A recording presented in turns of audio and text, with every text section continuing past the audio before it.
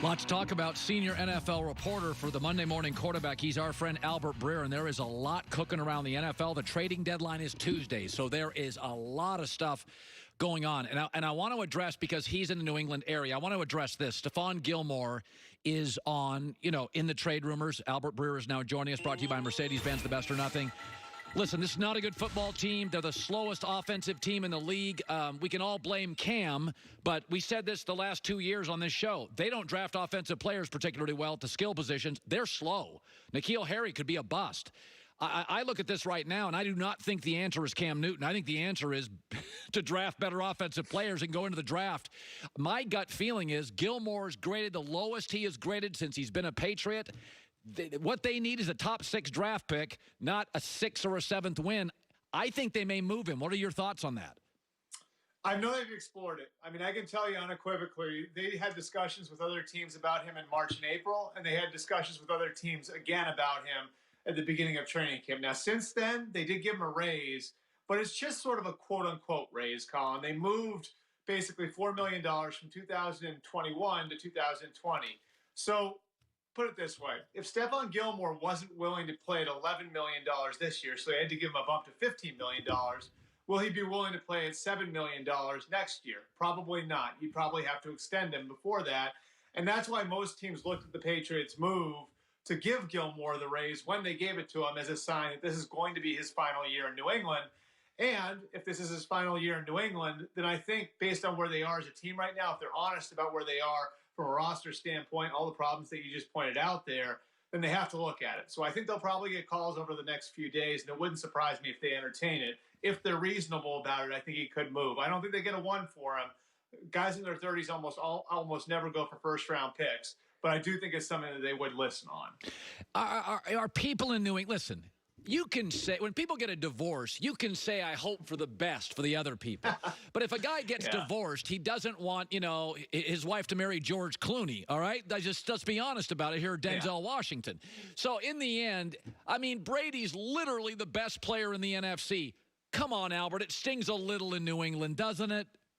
You know what's interesting about it, too? Brady's winning on 2 levels right now, if you think about it, right? Now, he's playing great, no question about it. He's actually made a huge difference inside that building. That building's really become his in a lot of different ways.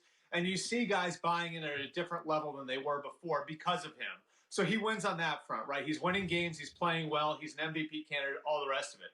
He's also winning on another level. You know what that level is, Colin? He was right. Like all the stuff that he was upset about the last couple of years in New England, about not having talent around him, about his personal performance being affected by their approach to roster building. Right now, the way Cam's playing, the way that offense is performing, it looks like Tom Brady was right about all of it. And so I can tell you, everybody here still has love for New England, love for Tom Brady. And I think that ultimately, whenever he decides to retire, he's obviously going to have a statue built of him in front of Gillette Stadium, all the rest of it. But as of the right now, for the right now, it looks like Tom Brady's winning on the front that he's playing really well somewhere else. And he's winning on the front that he was right about everything that he was upset about the last couple of years. Okay, Green Bay's always had this Midwestern ethos. We pay off our house, we buy used cars, we put money away. They're not big rollers and players in the free agent market. They draft, they develop, and there is a place for that. But when Seattle's getting people and the Ravens are getting people, and you start looking around at these teams, the Rams, the Eagles, their GMs are deal makers. I think they have to go get a Will Fuller. And I don't know if it works. Aaron Rodgers, 37 in a month, 2 collarbone breaks.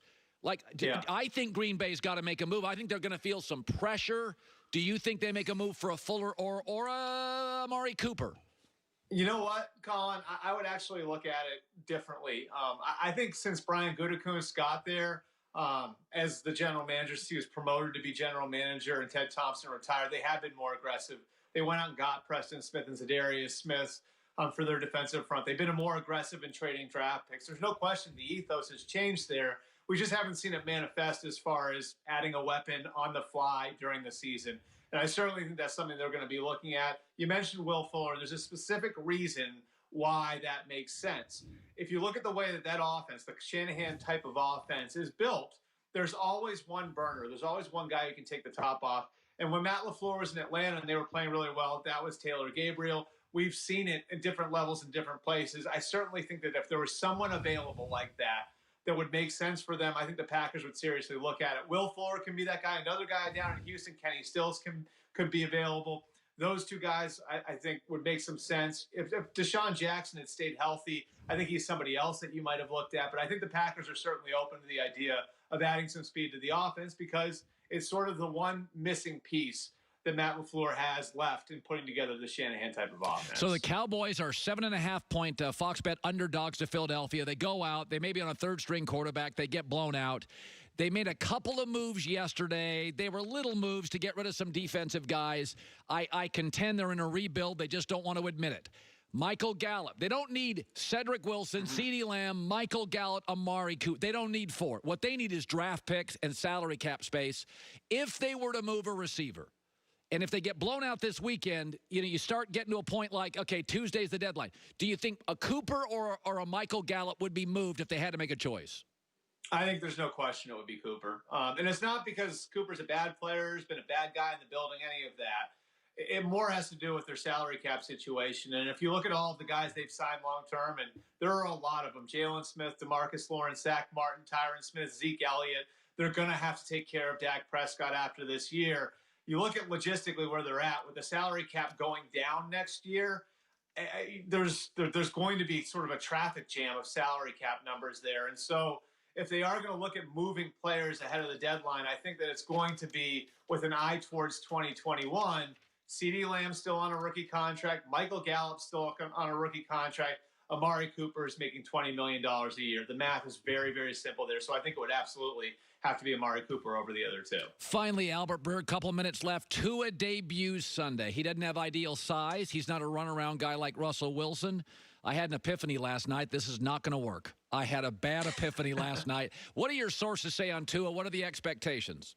So a couple things here. Number one, I heard you say this in the last segment. Drew Brees is the comparison that Nick Saban and his staff gave all the NFL scouts that came through the last couple of years. You heard people say Russell Wilson. He's not as fast as Russell Wilson. So the comp is Drew Brees. That's who he's got to be. The second piece of it that I think is really interesting here, how the Dolphins are handling this is counterintuitive. And I got to give Brian Flores and Chris Greer credit for this. Normally, how does a rookie quarterback, a first-round pick, get in the lineup if he's not starting week one? Normally it happens because the team's 1-6 or 2-10 and the wheels are coming off, and just throw him out there. And it might be a bad situation, but let's get him the reps. This is the exact opposite of that. The Dolphins are playing really well. They hit their bye. And you know what Greer and Flores said? Here's a great situation to put our young quarterback in. Our team is playing well. We don't need to put the weight of the world on his shoulders. He'll get to play in a winning situation in competitive games. This is a great spot to put our young quarterback in. And so while it looked funny because Fitzpatrick was playing really well, I do think that there was a certain honesty to it where it was, we're not competing for a championship right now. And if you look forward, really what's going to be best for Tua is putting him in a good situation. So let's get him good quality reps right now. I really like what they're doing. I don't know if he'll make it, but I think it does put him in the best position to succeed. Albert Breer, Monday Morning Quarterback. Such great stuff. Love having you on, bud. Thanks. All right. Thanks, Colin. He does a great job. Did it make you feel better about Tua? What he said about Tua was my epiphany. He's got to be Drew Brees. So Nick Saban saw what I saw, which is the only comp here is Drew Brees. That is the comp. Smart, leadership, guts, calm, poised, accurate.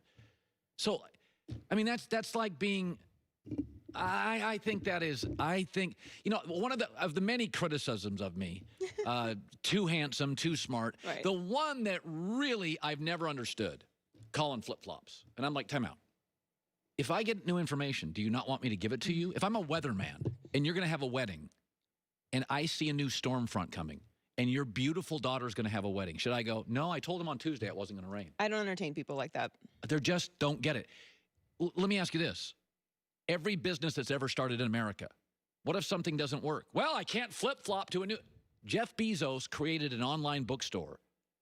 That's not what they do anymore. Like the idea... It's not a logical mentality. There are people that just don't get it.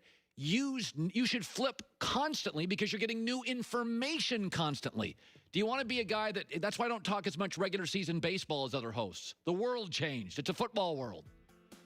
Greg Cosell and more of me. Enjoy next, The Herd.